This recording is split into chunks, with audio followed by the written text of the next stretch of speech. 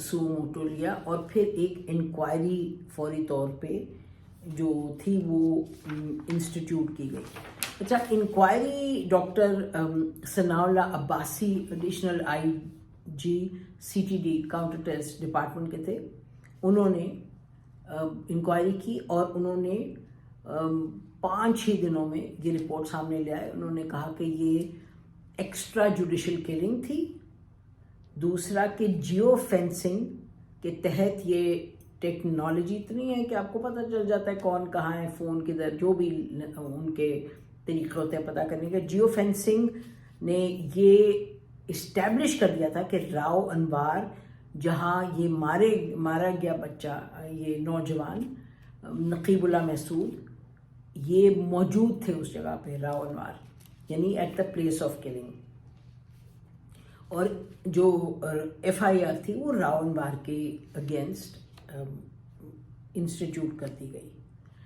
اس کے بعد جو ایک اور اہم بات ہے وہ یہ ہے کہ جب یہ رپورٹ آئی سامنے 23 کو, تو 22 کو یہ بتایا گیا کہ راؤ انوار دبئی, یعنی کہ کوشش تھی کہ وہ بھاگ جائیں دبئی روانہ ہونے کے لیے.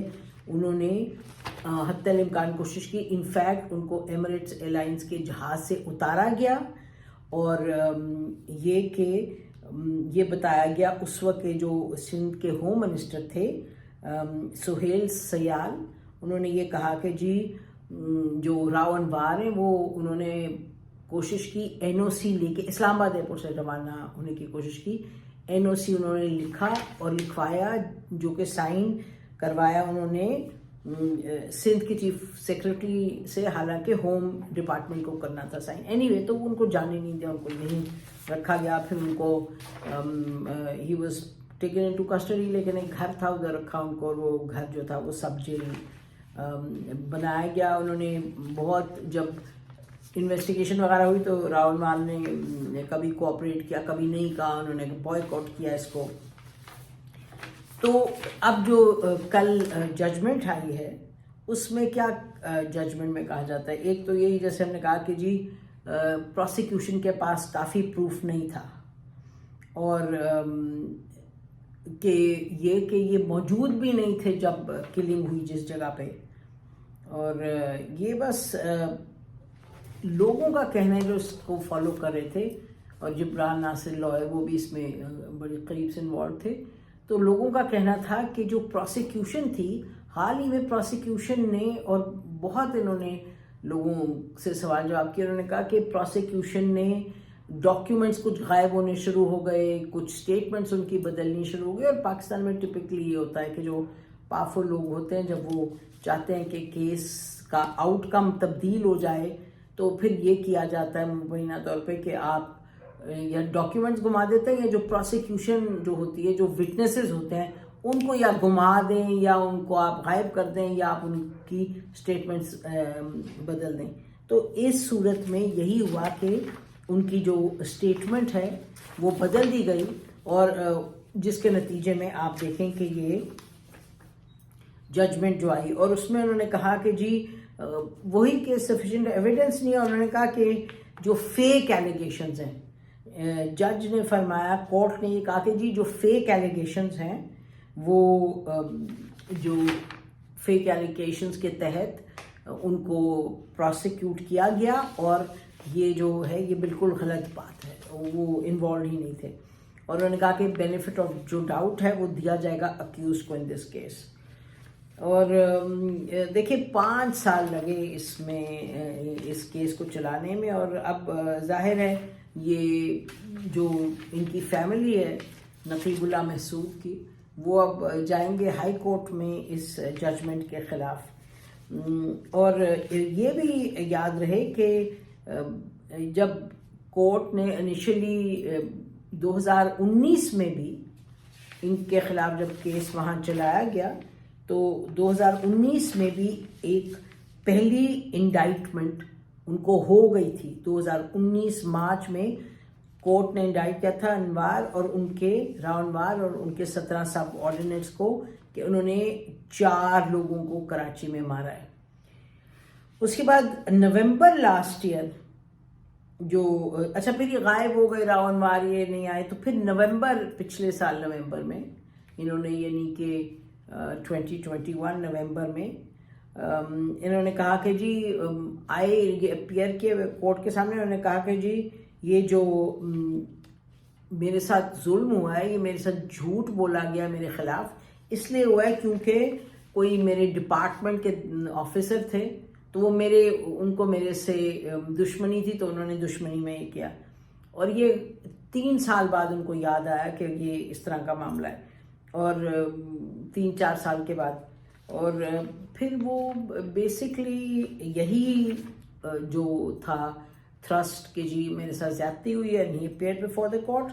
اور پھر 51 ہم جیسے وہ بتا رہے ہیں نا، 51 جو تھی وٹنسز آئے سامنے، جس میں medico, legal, forensic, ballistic experts 9 private witnesses آئے، پولیس آفیشلز آئے جس کو پروسیکیوشن سامنے لے کے آئی. تو لیکن جج صاحب نے فرمایا دیا کل ATC اینٹی ٹیررسٹ کورٹ، تو نے کہا جی نہیں، یہ ان کے خلاف جو بھی کچھ ہے وہ کافی نہیں ہے. تو یہ ہے معاملہ جی، جو کہ بہت ہی افسوسناک معاملہ ہے. اور یہ کہ اب کیا کہیں اس پہ تو کہنا کچھ بڑا مشکل ہے، کیونکہ بات کچھ مبینہ طور پہ بڑی کلیئر لگتی ہے کہ یہ پہلے کیا ایک کہا گیا اور وہ بھاگ رہے تھے دبئی سے. سرکمسٹانشل ایویڈنس لیں، اور باقی پھر کافی پروسیکیوشن نے ایویڈنس بھی دیا جس میں لگ رہا تھا کہ یہ ہی از انوالوڈ.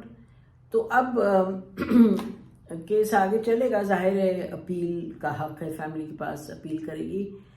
لیکن کیا کریں ہم اس پر فوکس کرنے کی ضرورت ہے. اور کوئی آج کی تو بات نہیں ہے، پرانی بات ہے، اور چلتی آ رہی ہے بات. ایک بڑی ایک گھناؤنا ایک ٹرینڈ ہے پاکستان میں کہ جسٹس جو ہے، پاورفل لوگ جو ہیں وہ طے کر لیتے ہیں کہ کیا کرنا ہے. تو پھر انصاف کہاں رہتا ہے؟ توڑ موڑ کے. آپ کو یاد ہے بچے جو مارے گئے تھے، بچوں کے سامنے جو میاں بیوی بھی مارے گئے تھے، CTD سائیوال انوالوڈ تھا، اور اس میں جا کے سو کالڈ ارینجمنٹ کر لی ود دا فیملی کہ جی فیملی مان گئی اور کچھ نہیں گڑبڑ، اور انہوں نے کہا جی ٹھیک ہے ہم معاف کرتے ہیں. تو اگر آپ پوزیشن آف اتھارٹی میں ہوتے ہیں اور پاور میں ہوتے ہیں اور آپ کسی کے چہیتے ہوتے ہیں، تو پھر اسٹیٹ اگر اس کو لگے اور اداروں کو لگے اور حکومت کو لگے کہ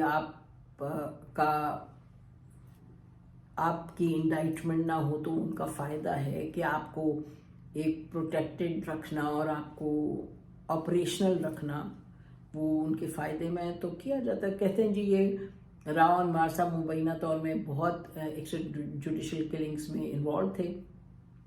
سپریم کورٹ نے بھی کچھ ایسی رپورٹ شاید دی تھی، لیکن کلیئرلی ان کو پروٹیکٹ کرنا بھی منظور تھا ان کو، جو کہ لوگ پاورفل ہیں.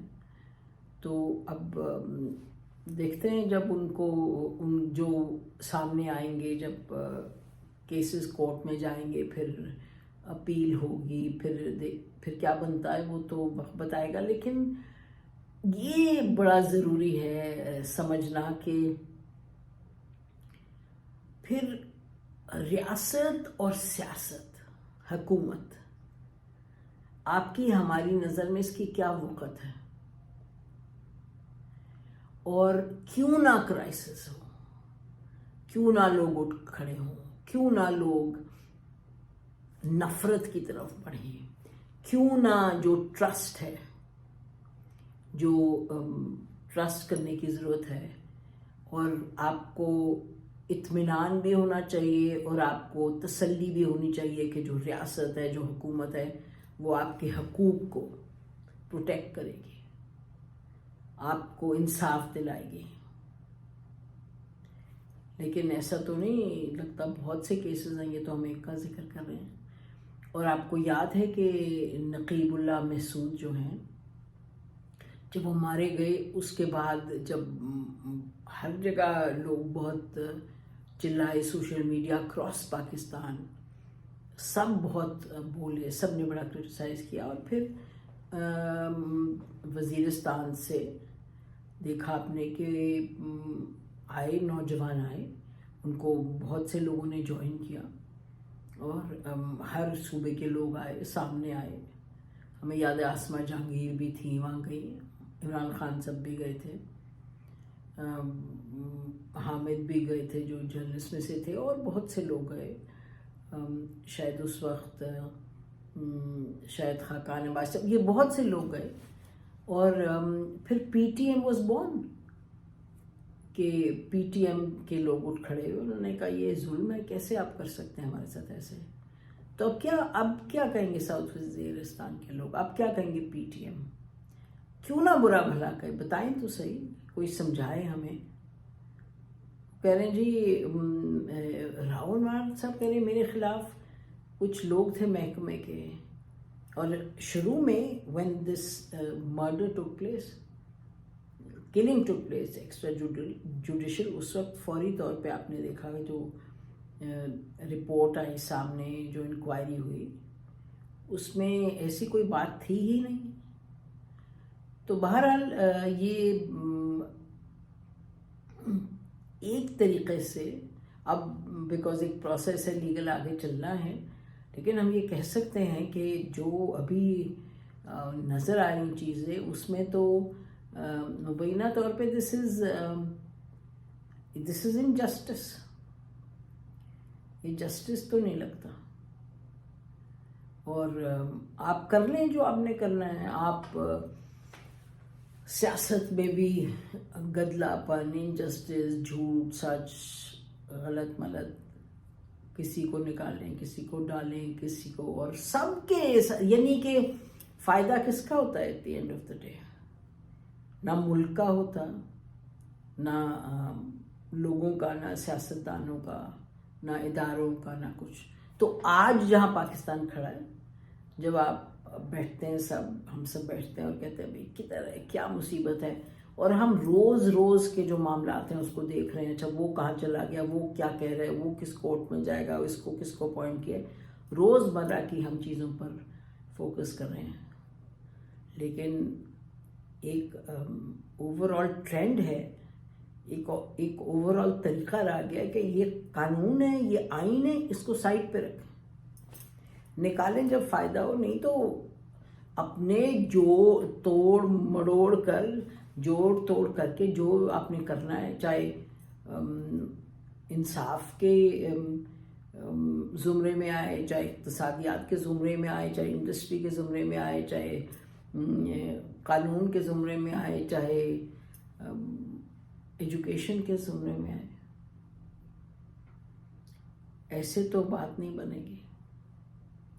لیکن آپ کرتے چلے جاتے ہیں, آپ کا خیال ہے کہ یہ دس ول ہیلپ. ایسٹ پاکستان ایک دن کی تو بات نہیں تھی, لوگوں کا ایک ٹرسٹ اٹھ جانا آپ سے. بلوچستان کوئی آدھے دن میں تو نہیں معاملات ادھر آ کے کھڑے ہوئے. پیپلز پارٹی کی جو غصہ تھا, ناراضگی تھی, وہ بھی یکدم تو نہیں ہوئی تھی. ہر طرف آپ دیکھیں کہ کیا معاملات ہیں, ہر طرف دیکھیں کیا معاملات ہیں. اور جب تک آپ واپس نہیں آتے to the letter and spirit of law, جب تک letter of spirit of justice اور انصاف نہیں ہوگا, جب تک اس پر واپس نہیں لوٹیں گے, حالات بہتری کی طرف نہیں جائیں گے. لیکن پہلا قدم ہے کہ جب غلط ہو تو اس کو کہیں غلط ہے. تو بہت اچھی بات ہے, بہت سے لوگ بولے ہیں, جبران ناصر بول رہے ہیں, منیز جہانگیر نے بات کی ہے, اور ہم دیکھ رہے ہیں لائرز اور بیرسٹرز اور ہیومن رائٹس آرگنائزیشنز بات کری ہیں. کریں بات اور کرتے چلے جائیں بات. ڈریں مت کسی سے. حق کی بات کہنا بڑا لازمی ہے. یہ آپ کی کنٹریبیوشن ہے کہ پاکستان کو اصل میں قائد اعظم کا پاکستان بنائیں. ہماری طرف سے اتنا ہی. خدا حافظ. پاکستان ہمیشہ زندہ باد.